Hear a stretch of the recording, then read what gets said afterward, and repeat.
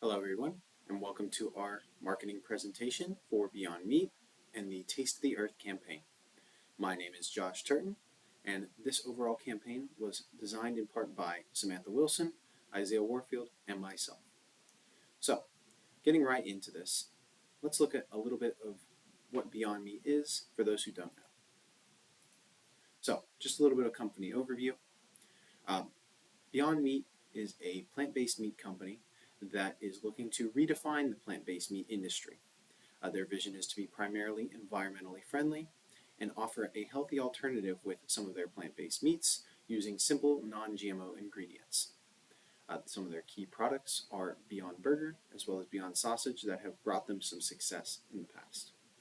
However, let's look at the current market summary of what's going on in the current market conditions. So right now it's a little bit rocky with the overall plant-based meat industry. Currently, Beyond Meat themselves is suffering a Q2 revenue drop of 8.8%, with adjusted loss of about 53 cents per share, as well as some price increases due to overall supply chain issues, some declining demand from just what consumers are preferring, as well as some new competition coming into the mix. So, in this current market state, we felt that it would be a good time to try and push the transition to plant-based meats from some consumers that would be normally buying traditional meat and trying to kind of expand into that market by transitioning them towards that. So let's look at that transition opportunity. So just looking overall at traditional meat and the traditional meat buyer, um, some things that they might be concerned about are how climate intensive beef is on the overall earth. So it takes a lot of resources and emits a lot of greenhouse gases overall. So this is one drawback, as well as just in the dietary sense for health wise. It's also high in fat, cholesterol, and a couple other things that can cause health effects overall. Beyond Meat, on the other hand, is much more climate friendly with a lot more water friendly options and just better on the climate overall. It's a healthier option due to eliminating a lot of that higher fat and replacing it with good fats, as well as being much lower in cholesterol, while kind of maintaining a similar price while still being a little bit above it. Now, when transitioning from a traditional meat to a plant based meat, we do have a couple competitors. So, when competitors can switch to plant based meat, our primary competitors are Impossible Foods, which offers a much more robust solution in regards to similarity. However, the one thing they lack is simple ingredients and non GMO. They are highly genetically modified with their heme solutions to make the burgers in their products bleed like a similar to a normal burger. However, many consumers are concerned by this and the genetically modified sides of it. The other three big players we have in here are Nestle, Kellogg's, and Tyson Foods. Nestle spun off their two smaller brands that were looking at plant-based meat, or just overall the plant-based meat industry. Those being Garden Gourmet and Sweet Earth. These two are primarily focused on prepackaged meals. Kellogg's as well bought Morningstar Farms, which was a player in the game well before, also focusing more on prepackaged meals.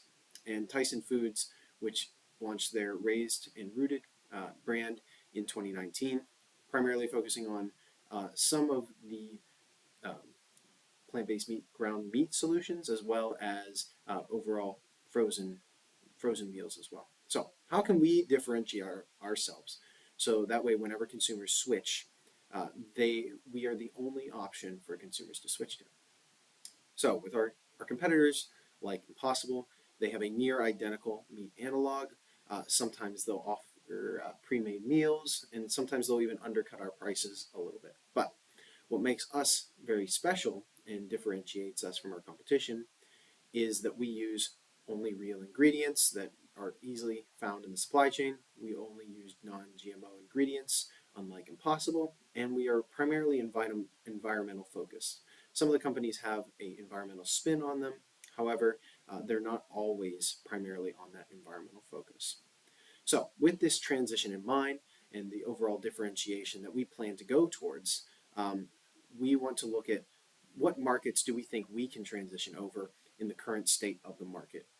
So looking at those, the key consumer bases that we want to go after here are number one, eco-minded consumers. These are people that are concerned about water consumption, climate change. We see this continually trending higher and higher in recent years, and consumers are very concerned about it. Next being flexitarians, which are vegetarians that will either switch off and on from meat and going to vegan sides, just for whether that be health benefits or just environmental benefits as well. And then we also have the primary vegan options, which normally look at more holistic foods such as tofu. However, those are often much less dense in protein, and Beyond Meat can offer a new diet expansion for them to actually get a lot more protein in their diet, which is often a problem for vegan consumers. So, overall, what do we think we can do to kind of look into these target markets and how we can really attract them? We want to do a three-prong marketing strategy overall for this. That being primarily social media, grocery store sampling, and festival pop-ups. So for the social media side, looking at that, we want to look at this with three different aspects as well. So starting off smaller, we want to look at micro influencers, thinking of small chefs on Pinterest and such, or on TikTok that give recipe ideas to consumers and allow them to kind of see how they could be using the product in their daily life and influence them more towards trying to make that vegan switch or just the plant-based meat switch. Next, we want to go look at educational content such as behind the scenes for the company, how we make our product to give a little bit of transparency.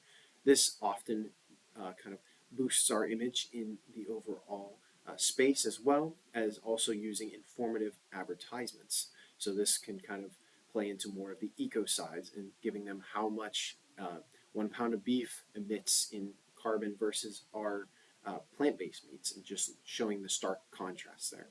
We also want to look at mega influencers as well, which can hone into key demographics like Greta Thunberg, who is a large environmental activist, and she can reach a large audience that's very key to our success in a short period of time.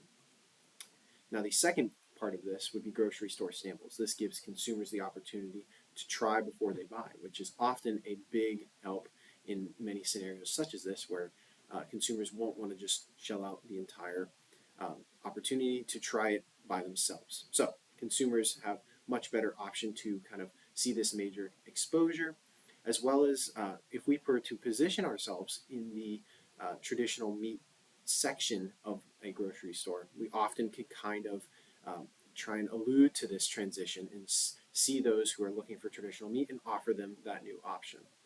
We would be looking at partnerships with Walmart, Publix, and Kroger to actually supply this transition and go to roughly 150 stores with the budget that we have in order to try and transition over some of those key consumers that are looking for those things, such as the eco-minded ones. And then lastly, in this three-pronged approach, we are looking at doing pop-up festivals. So this allows us to really hit some key target demographics, one of which that we have looked into was the Kroger Wellness Festival. This is a wellness festival that is attended by roughly 200,000 health-minded and eco-minded consumers that are looking to make a healthier living option. Oftentimes, you can see flexitarians within this key demographic. It gives some major exposure and can really shine on some of the health benefits that Beyond Meat can have in their products as compared to traditional beef, and looking at how that switch can make a really big difference in consumers' diets, as well as kind of giving them an opportunity to talk with our staff on what information they have on the products, as well as showing them how they can be using these in recipes that they already make and love.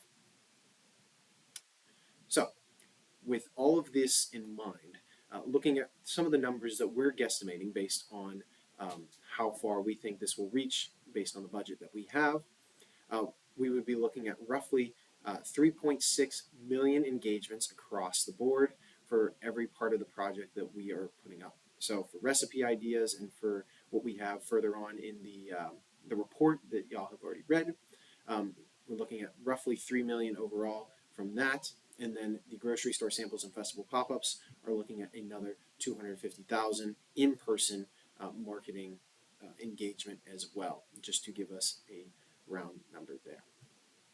Now the financials behind this. In total, this is split up amongst here and is detailed in how much each part of the segment would cost overall in the overall marketing strategy plan.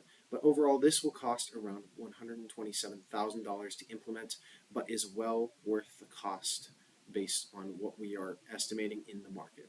For the digital marketing, if we were able to engage about 5% of, take about 5% of the engaged and convert them into new customers based on everything that we have shown them and influence them towards, that would result in about 170,000 new customers. As well as for in-person marketing, considering that this is a much more face-to-face marketing, we're considering this about 8% of those engaged would be converted into new customers, resulting in about 20,000 new customers.